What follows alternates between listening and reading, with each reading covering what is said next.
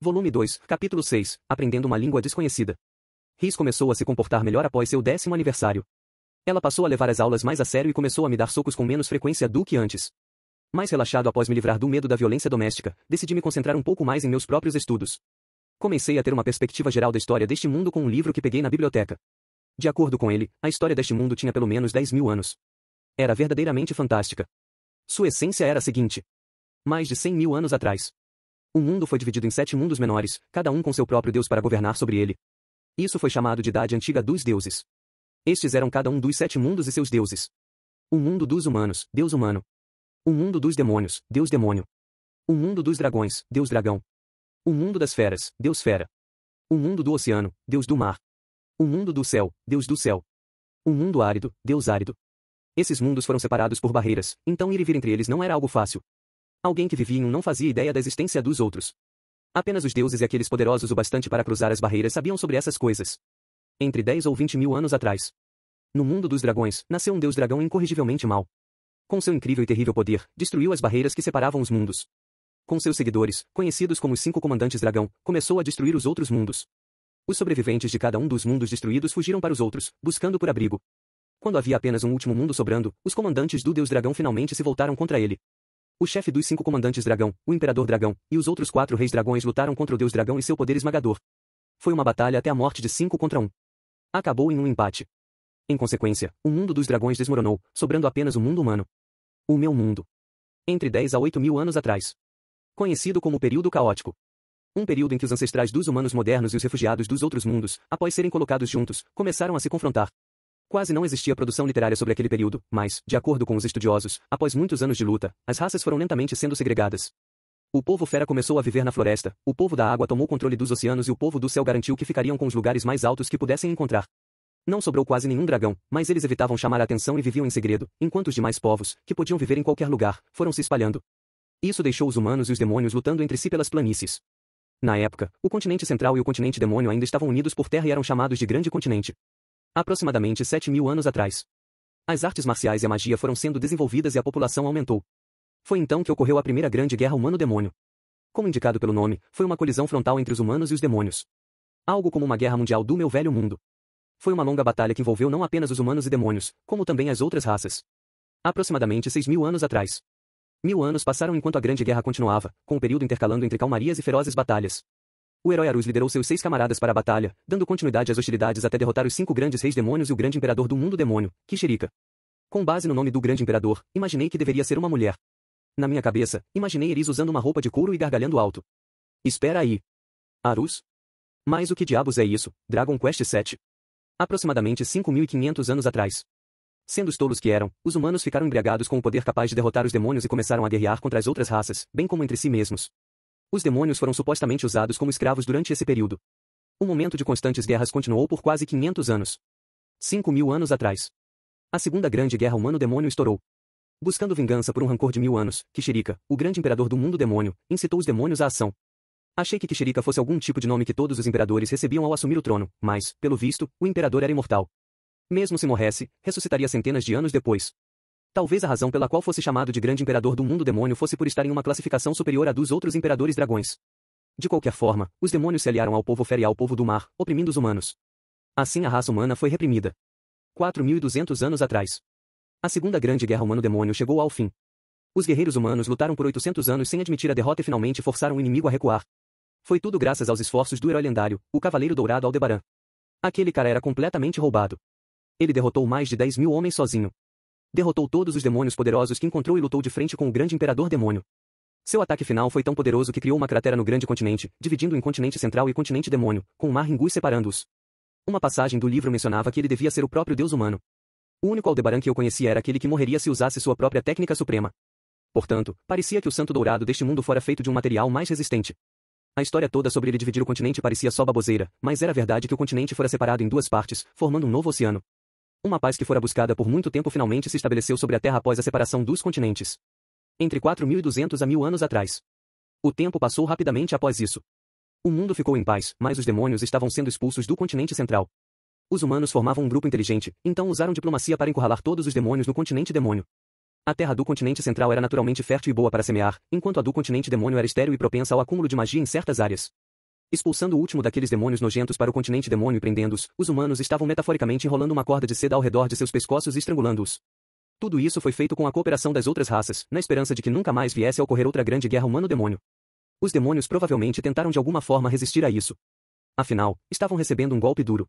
Mas, qualquer que fosse a ação que tomassem, nenhuma guerra estourou.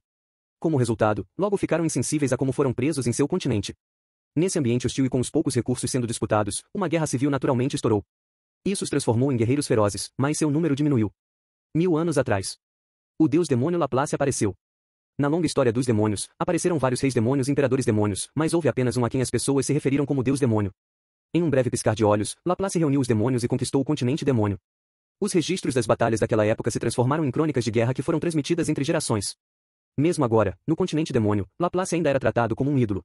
Ele passou muitos anos cuidando de seu império, preparando sua raça para tornar-se resistente e feroz. 500 anos atrás, a campanha militar de Laplace começou. Após muitos anos gastos superando o povo fera e o povo do mar, Laplace finalmente fez seu ataque ao continente central. Os humanos foram forçados a uma guerra muito mais brutal do que qualquer outra que travaram anteriormente. Laplace começou sua invasão pelo sul, atraindo todo o poder militar humano para lá. Então colocou seus WYRMS sobre a terra, tornando impossível que alguém atravessasse as montanhas. Depois disso, pegou os humanos de surpresa, atacando com uma unidade independente pelo norte, dispersando seus inimigos. Em pouco tempo, tomou o total controle tanto do norte quanto do sul. Então, de ambas as direções, direcionou seu ataque à região oeste. 400 anos atrás. Forçados a recuar, os humanos fizeram sua última aposta. Os 7 heróis convenceram o povo do mar a suspender o bloqueio que fora estabelecido, depois partiram em direção ao continente Miles, seguindo pelos mares. Miles havia escapado da invasão por vários motivos, sendo alguns deles a barreira ao redor da Sagrada Miles, seu robusto exército de cavaleiros sagrados e o terreno que dificultaria a passagem de um grande exército. Parte da razão para estarem tão isolados era devido a uma grande floresta que cobria toda a sua costa norte. Agora aliado aos demônios, o povo fera assumiu o controle da cidade sagrada de Miles. Então os 7 heróis começaram a persuadi-los a trocar de lado. Ou melhor, os 7 foram até o chefe de cada clã, tomaram seus filhos como reféns e os ameaçaram para que cooperassem. No livro estava escrito que as crianças cooperaram de boa vontade, mas eu não seria enganado com uma troca de lado tão repentina. Chegou o dia da batalha decisiva. O último reino de humanos que remanescia no continente central, o reino de Azura, dedicou todos os seus esforços à batalha final. Logo os 7 heróis chegaram, liderando os cavaleiros sagrados de Miles e o povo fera, fazendo um ataque à principal fortaleza de Laplace. Após um confronto violento, 4 dos 7 heróis morreram, mas selaram Laplace com sucesso e destruíram seus companheiros mais próximos. 3 heróis sobreviveram, o rei dragão Urupen, o deus do norte Calma, e o rei dragão blindado Perugils. Foram chamados de os 3 lendários caçadores do deus demônio, mas, e não mataram nada. Embora Laplace tenha sido derrotado, os humanos ficaram exaustos com a batalha e seriam incapazes de continuar lutando. Então assinaram um tratado com um dos reis demônio do continente demônio, um que não era aliado de Laplace e liderava uma facção de demônios moderada. O bloqueio ao continente demônio foi novamente imposto. Os demônios agora poderiam viajar livremente aos outros continentes. De acordo com os termos do tratado, a discriminação racial contra os demônios seria proibida.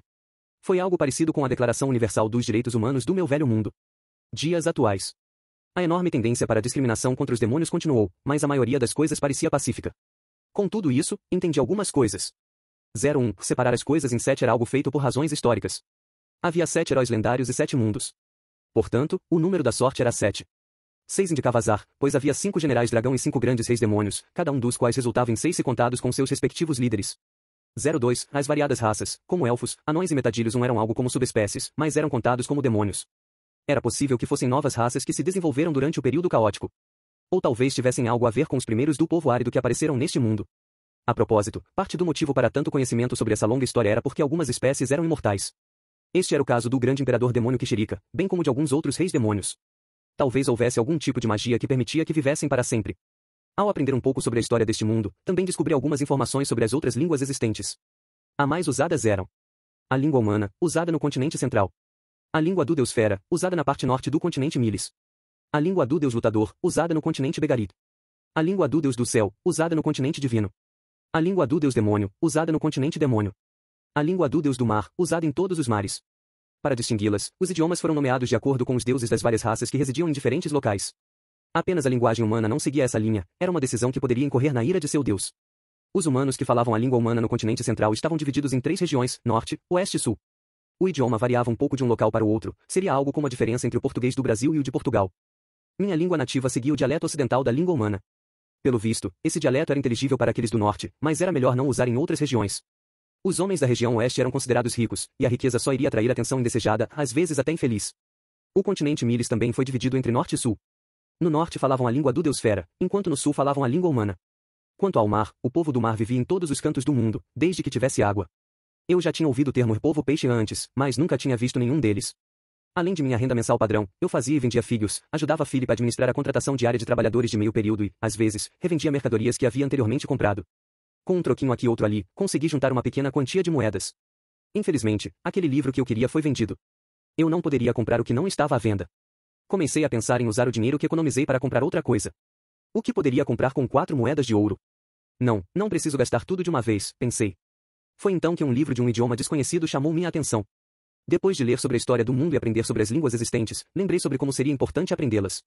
Foi assim que comecei a aprender uma língua desconhecida. Decidi começar com a língua nativa de Ghislaine, a língua do Deus Fera. Eu também queria aprender a língua do Deus Demônio. Decidi enviar uma carta para Roxy, mantendo a esperança de que ela talvez pudesse me ensinar, mesmo que fosse pouco. Completei 9 anos. Isso significava que passaram 2 anos desde que virei o tutor particular de Eris. Passei um ano inteiro aprendendo a língua do Deus Fera. Tive a ajuda de Ghislaine, e aprender a língua até que não foi tão difícil. Não havia um monte de letras para memorizar e, contanto que entendesse todo o padrão gramatical, seria fácil falar.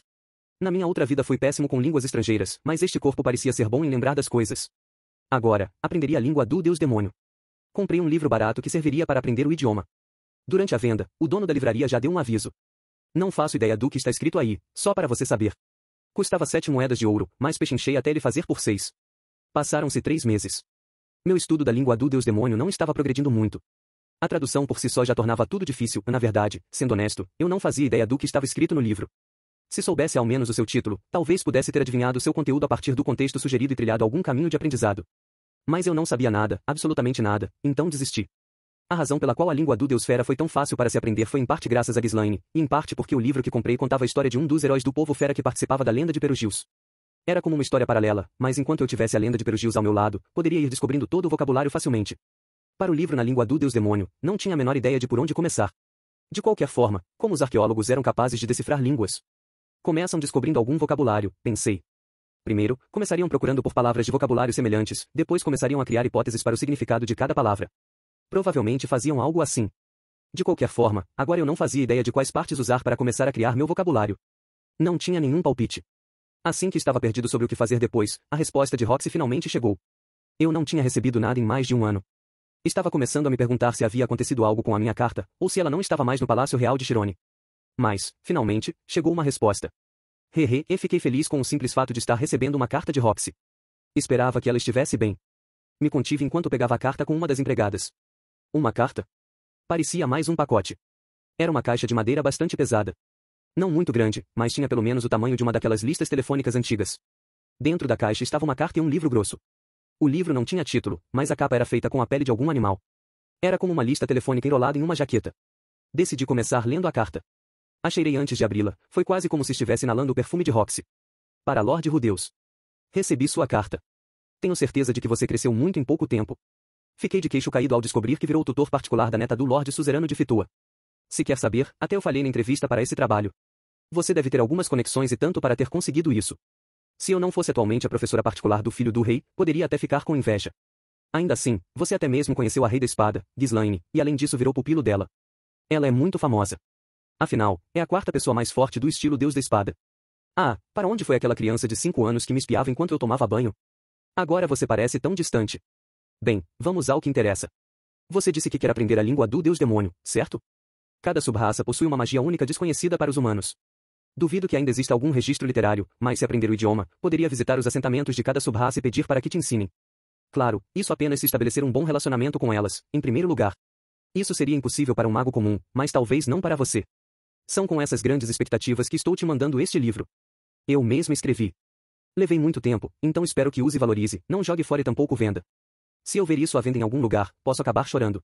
Ah, falando em lojas, o príncipe fugiu do castelo outro dia e comprou uma pequena estatueta que se parece comigo. O manto é removível e até mesmo as pintas na pele estão perfeitamente localizadas. Que assustador. Talvez eu esteja amaldiçoada.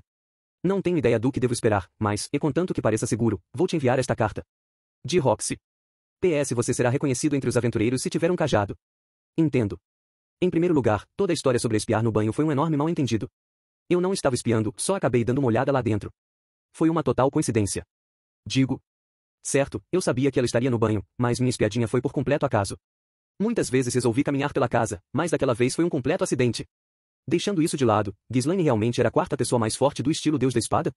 Havia o nível divino, o nível imperial e o nível rei. Espera, o quê? Ah, talvez houvesse 2 pessoas no nível imperial. Isso significava que havia apenas uma pessoa no nível rei? Ouvi dizer que a maioria dos espadachins do mundo usava o estilo Deus da Espada, então pensei que deveriam haver cerca de 10 com proficiência de nível rei, mas talvez isso fosse mais difícil do que eu pensava.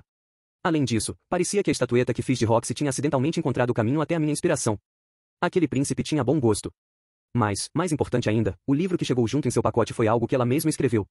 Eu não sabia quanto tempo demorou para minha carta chegar, mas Roxy devia ter escrito o livro em menos de meio ano. Ela trabalhou tanto para escrevê-lo para mim, então eu tinha certeza de que seria fundamental para decifrar a língua do Deus Demônio.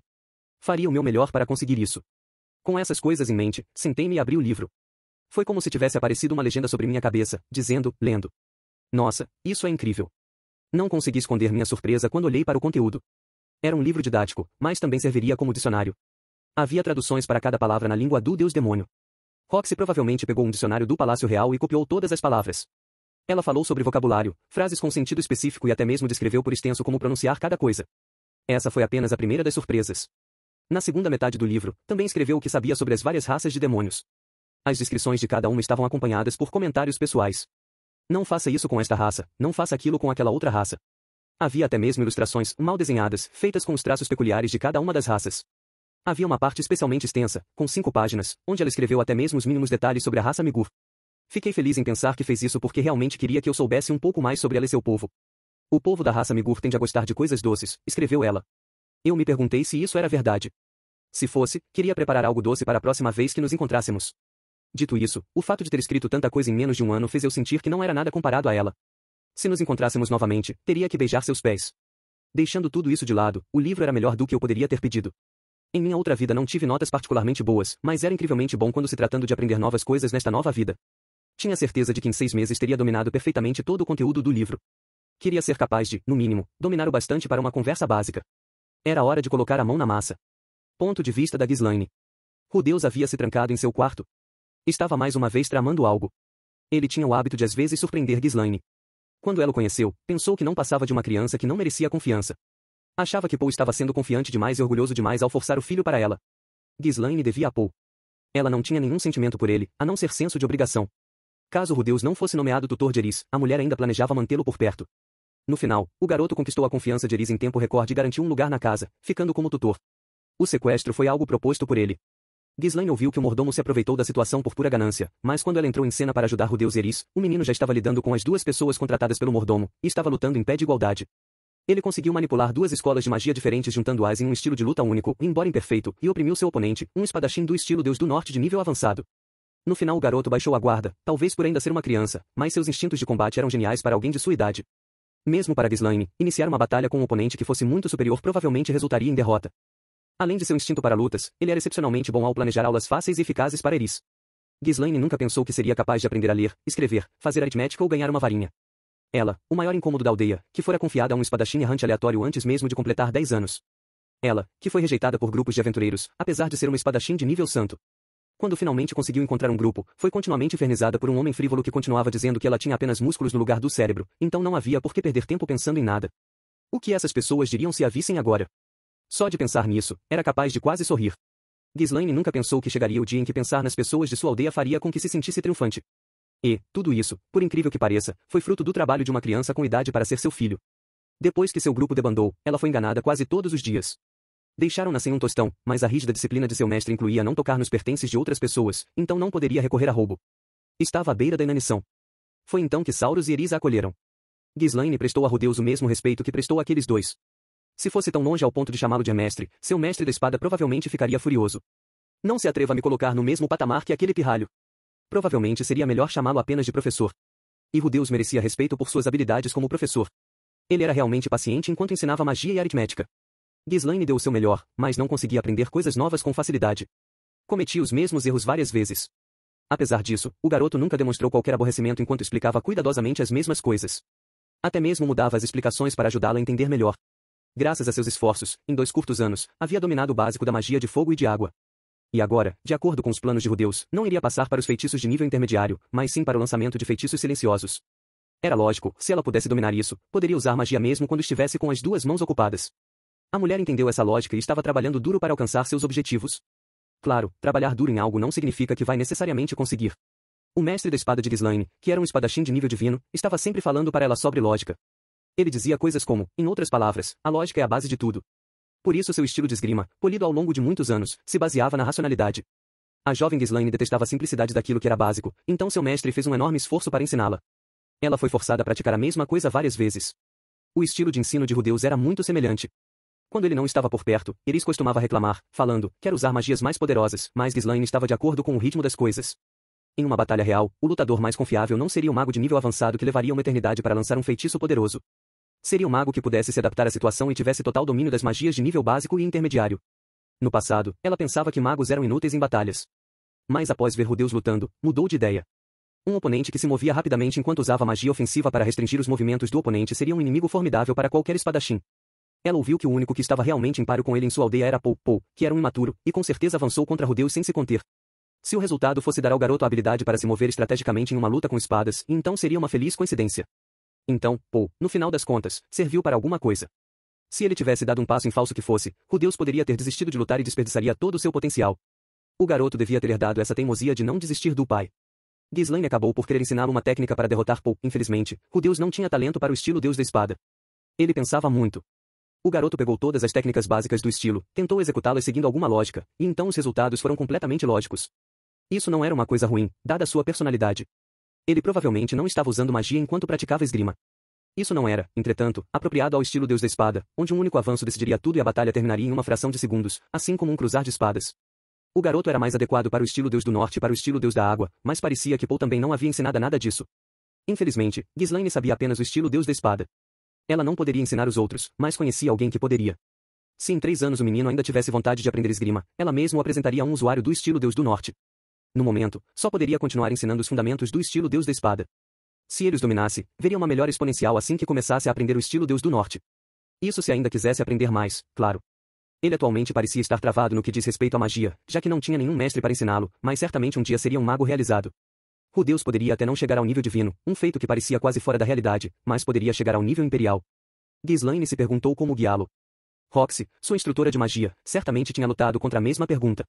Ela achou um pouco patético o modo como a garota fugiu do problema, mas não podia culpar a maga por fazer isso. Na verdade, deveria agradecer. Afinal, foi graças às instruções de Roxy que Ghislaine pôde começar a aprender magia. Aprender com um professor incapaz iria apenas atrapalhar o aluno. Ela pôde sentir o gosto dessa realidade enquanto, em outro momento, ensinava a arte da espada a outra pessoa. Seus pensamentos acabaram perdendo o rumo. Ah, sim. Ela se perguntou o que Rudeus estava fazendo naquele quarto. Ao contrário da jovem senhora, que parecia extremamente ocupada com o tempo livre propiciado pelo dia de folga, o garoto sempre colocava as mãos em algo novo. Mais recentemente, até mesmo foi ao quarto da mulher após o jantar, com livros em mãos, e disse que queria aprender a língua do Deus Fera.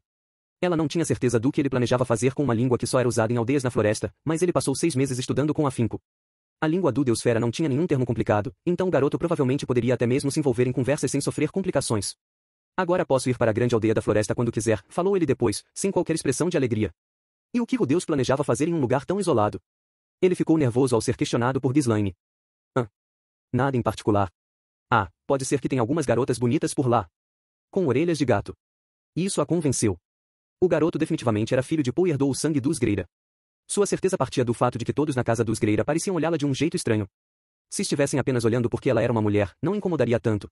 Seus olhares eram peculiares. Outros homens olhavam para os seus seios. Primeiro seu rosto, depois fingiam olhar para outros lugares enquanto encaravam seus peitos. Depois disso, iriam olhar mais para baixo, para sua barriga, então sua virilha, e depois as coxas. Quando estavam atrás dela, Ghislaine sabia que estariam olhando para sua bunda. Mas os homens da família Greira, entretanto, eram diferentes. A princípio, ela pensou que seriam iguais, olhando para seu rosto e traseiro. Sem problemas, contanto que não quisessem nada. Deixando Paul e seus gostos estranhos de lado. Mas ela percebeu que os olhos de todos eles focavam em lugares estranhos. Não em seu rosto, mas um pouco acima. Também não era exatamente para sua bunda que olhavam. Ela descobriu que só encaravam suas orelhas e cauda. Eris, Saurus e Philip seguiam todos o mesmo padrão. Antes de a mulher partir para buscar Rudeus em Buena Village, perguntou, pela primeira vez, por que ficavam olhando para suas orelhas. Quando ela o fez, Philip respondeu, não parecendo nada envergonhado pelo que falou. Porque a família Boreas gosta do povo fera. E olhou para suas orelhas ao falar isso. Rudeus, disseram, era um caso diferente. Embora não tivesse herdado o nome nobre de Notus, ainda fazia parte da família. Como filho de Paul, não tenho dúvidas de que ele compartilha o mesmo carinho por mulheres que seu pai, disse Philip. Ghislaine tinha poucas dúvidas quanto a isso naquela época. Quando realmente o viu, entretanto, percebeu que Rudeus era um cavalheiro que dificilmente seria mencionado na mesma frase que Paul. Ao contrário de seu pai, trabalhava duro, levava os estudos muito a sério e mostrava um enorme autocontrole quando se tratava de sexo. Bem, talvez a última parte não fosse exatamente verdade. Mas ela suspeitava que ele poderia não ser filho de Paul. Desde então, Ghislaine corrigiu seu modo de pensar. Não havia qualquer dúvida sobre isso. Rudeus Greira era filho biológico de Paul. Então, você realmente é filho do seu pai. Não se satisfaz apenas com mulheres da mesma raça, hein? Eu só estava brincando. Por favor, não fale isso. Definitivamente não foi só uma piada. Este garoto algum dia seria um mulherengo. Ultimamente, um brilho começou a se formar nos olhos da senhorita Eris sempre que ela olhava para Rudeus. Ghislaine pode ter sido ignorante quanto aos casos de amor, mas até ela podia notar isso. A garota parecia com Zenith quando começou a ficar apaixonada por Paul. Rudeus aparentemente tinha começado a aprender a língua do deus demônio. Primeiro, a língua do deus fera, agora a língua do deus demônio. No futuro, parecia provável que partiria em uma missão para encontrar todos os tipos de mulheres do mundo. Uma vez, Paul disse algo parecido, sobre viajar por todo o continente central formando um harém. Ele abandonou a ideia no continente Miles, quando Zenith o pegou, mas talvez Rudeus tivesse herdado esse ideal. Sério, que par de pai e filho inúteis. Não. Ghislaine respeitava Rudeus. Isso não era mentira. Paul era o único que ela desprezava. O garoto poderia ter até demonstrado vislumbres de ter a mesma disposição, mas ainda não havia feito nada de errado. Ainda. Ele ainda era um garoto digno de respeito. Sim. Ao menos por enquanto. O que houve, Ghislaine? Eris apareceu diante dela enquanto a mulher estava perdida em pensamentos. A garota havia crescido muito nos últimos 2 anos. Ghislaine a conhecia há 5 anos. Naquela época, a mulher pensava que a menina não passava de uma criaturinha totalmente egoísta e sem esperanças. No primeiro dia de aulas de esgrima dela, Ghislaine a treinou até que a menina mal suportasse ficar em pé. Então, à noite, Eris avançou contra ela com uma espada de madeira. Ela pôs um fim rápido a isso, trocando suas posições, mas o olhar feroz da garota rastreou por meses após isso, buscando por qualquer abertura. Ghislaine costumava ser uma criança problemática, então tinha certo carinho por Eris. Afinal, ela também era assim quando jovem. No começo, a garota sempre reclamava disso ou daquilo durante o treinamento. Recentemente havia diminuído. E depois de seu aniversário no último ano, parou de gritar e sujar as roupas. Em vez de atribuir isso às aulas de etiqueta, seria melhor pensar que era por ela querer parecer boa na frente de Rudeus. Talvez ele tivesse dito algo a ela em seu aniversário. Algo que aprenderá com Paul, Ghislaine tinha certeza disso, o tipo de palavra que balançaria o coração de uma mulher.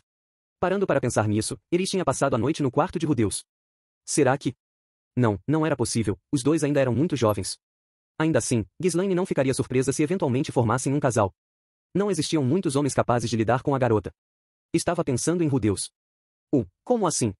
Eris inclinou a cabeça, deixando ciúme claro em seus olhos.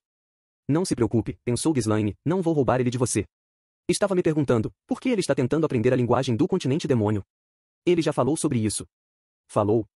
Ghislaine achava que prestava atenção nas aulas, mas não fazia ideia do que havia despertado seu repentino interesse por línguas desconhecidas. Qual é o motivo? Algum dia pode acabar sendo útil. Certo, ele falou isso quando estavam vagando pelas lojas, quando estava escrevendo os nomes e preços de diferentes produtos. Isso realmente poderia se provar útil? Agora que pensava nisso, aquele ladrão de seu grupo, há muito tempo, sabia muito bem o valor de mercado de tudo. Certa vez, encontrou uma loja com remédios bons para a cura que custavam metade do preço normal e propôs que o grupo comprasse tanto quanto pudesse, mas depois descobriram que todos os produtos eram de qualidade duvidosa. Era uma lembrança desagradável. Se não soubesse o valor de mercado das coisas, talvez vendessem mercadorias por um preço errado e nem mesmo saberia. Na época, Ghislaine disse a Rudeus que não entendia seu raciocínio, mas, pensando bem, no final das contas, parecia uma boa ideia. Graças às aulas de aritmética de Rudeus, ela não seria mais roubada no troco. Mas ainda era possível que fosse enganada se o dono de uma loja manipulasse os preços de um modo prejudicial. Ninguém poderia virar um comerciante apenas por ter aprendido um pouco de matemática, mas essas habilidades de certo teriam vários usos. Esqueça Rudeus por enquanto. Você pode pensar nele o quanto quiser e não vai entender, disse Eris. Mais importante, Ghislaine, se você estiver livre, me acompanhe na prática com espada. Ela realmente estava se dedicando à esgrima. Ghislaine não tinha certeza do porquê, mas talvez a garota estivesse sentindo alguma pressão. Rudeus tinha apenas 9 anos. Eris tinha essa idade quando eles se conheceram. Estava claro que o garoto já era muito mais maduro do que ela naquele tempo. Não apenas em leitura, escrita, aritmética e magia, mas também em suas habilidades sociais e de conversação. Ele poderia não saber etiqueta, mas tinha boas maneiras. Era educado como um comerciante e também tinha senso de humor. Às vezes parecia demonstrar traços de que tinha muito mais do que apenas 9 anos. Se interagisse com o garoto apenas por palavras escritas, provavelmente acreditaria nele caso falasse que tinha 40 anos. Aparentemente havia um golpe bem popular no Reino Dragão. Um bandido alfabetizado fingiria ser filho de alguma família nobre e escreveria uma carta para a filha de outra família nobre. Passaria algumas semanas conquistando a confiança alheia, então a levaria para além dos muros seguros de sua casa. Então a capturaria e venderia aos escravocratas. Talvez Eris quisesse ser melhor do que Rudeus em alguma coisa. Se fosse em esgrima, Ghislaine ficaria mais do que feliz em ajudar. Tudo bem, Eris. Para o pátio. Certo. Ela balançou a cabeça entusiasmada. Se Eris continuasse treinando para valer, poderia um dia superar a própria Ghislaine. No momento, seu nível de habilidade era apenas intermediário, mas após 3 anos trabalhando no básico, seu potencial estava começando a transparecer. Seus passos eram rápidos e afiados. Seu espírito de luta estava começando a impulsionar seus movimentos. Se aprendesse a usar isso conscientemente, com certeza alcançaria o nível avançado do estilo Deus da Espada. E se dominasse tudo, poderia até mesmo chegar ao nível santo. Esse futuro certamente não era algo muito distante. Ghislaine não sabia o quanto Eris iria crescer, mas se ela conseguisse alcançar as habilidades do nível santo enquanto ainda estava aprendendo, então a mulher apresentaria a garota ao seu mestre. Se possível, gostaria de levar Rudeus para conhecê-lo também. Ghislaine se perguntou como seu mestre reagiria a isso. Estava ansiosa para descobrir. Continua no próximo capítulo.